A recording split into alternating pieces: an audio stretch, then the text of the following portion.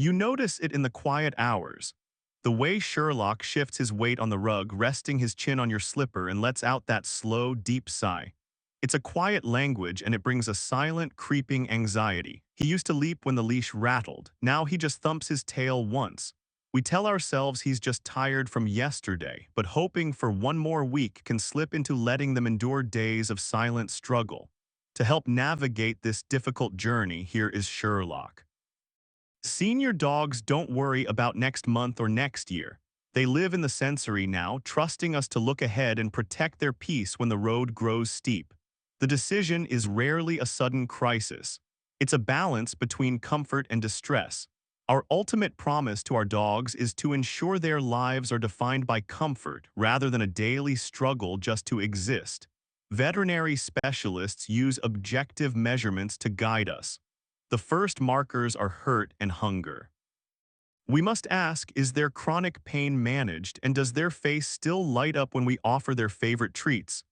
Next are hydration and hygiene. Dehydration causes silent nausea.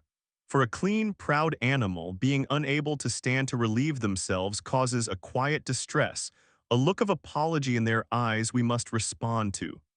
Finally, we track happiness, mobility, and the ratio of good days to bad.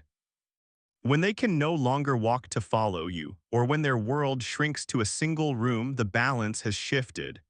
Dogs hide their pain out of ancient survival instincts. A senior dog who paces restlessly on the hardwood at midnight, unable to settle, is telling you that the chronic aches have grown too loud for comfort.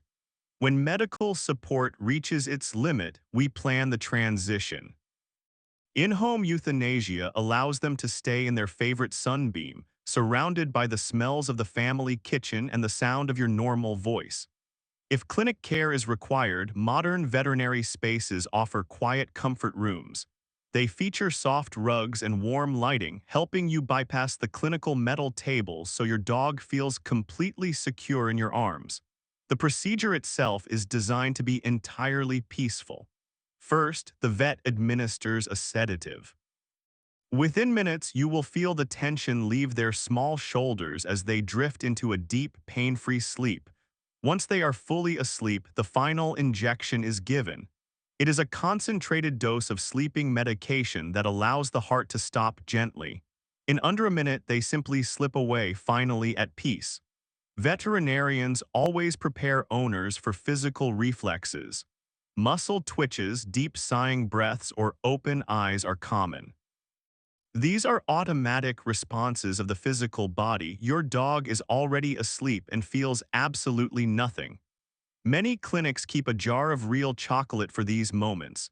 Since long-term health is no longer a factor, giving them a taste of something sweet just before the sedative is a beautiful, indulgent final farewell. Preparing children requires clear, honest language. Avoid phrases like going to sleep, which can make children fear bedtime. Explain that the dog was very sick and that the doctor helped them stop hurting. The grief that follows is heavy and real. Coming home to an empty entryway or hearing the phantom sound of claws clicking on the floor is part of the long road of processing their absence. If you have other pets, let them see the body. Dogs process absence with confusion. Allowing them to sniff their companion helps them realize their friend has passed, saving them from weeks of searching the house. Creating a memorial, a framed photo, a garden tree, or keeping their collar on a shelf helps transition our grief into a celebration of the years of loyalty and joy they brought to our lives. Surviving pets may show subtle signs of mourning, like temporary loss of appetite or waiting by the door. Maintain their regular routines and offer gentle comfort as they adapt to the changes. The empty spaces in your schedule can feel jarring.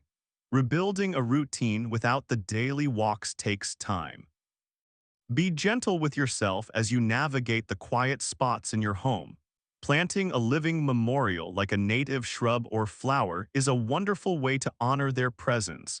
It creates a quiet place in your yard where you can sit and remember their happiest days. Euthanasia means good death. When pain can no longer be managed, choosing this transition is the ultimate act of kindness. We take their suffering upon ourselves so they can be free of it. Many owners struggle with the guilt of acting too early, but vet specialists agree. It is always better to say goodbye a week too soon while they still have comfort than a minute too late. Waiting for a natural death often leads to a sudden medical emergency. Choosing a scheduled, peaceful goodbye spares them from the pain of a crisis and allows their final memories to be calm. Here is the everyday life blueprint to help you prepare. Step 1. Start a daily quality of life log. Note their mobility, appetite, and comfort level on a scale from 1 to 10 each evening. Step 2. Define 3 hard boundaries. For example, if they can no longer stand up to drink, if they refuse food for 3 days, or if pain is no longer controlled. These are your markers. Step 3. Plan the logistics early. Decide on home versus clinic, ask about costs, and choose aftercare in advance. Having these decisions finalized allows you to focus entirely on your companion when the day comes. At the end of the day, you are their ultimate safe space. They do not fear the future. They only know the comfort of your touch and the reassurance of your voice in this very moment. If you want more calm, science-backed explainers like this, consider subscribing. We unpack one dog behavior mystery at a time, supporting you through every stage of your pet's life. Every dog's journey is unique. If you are facing difficult end-of-life decisions, consult a veterinary specialist or veterinary hospice provider to help you tailor a plan that prioritizes your dog's peace and comfort.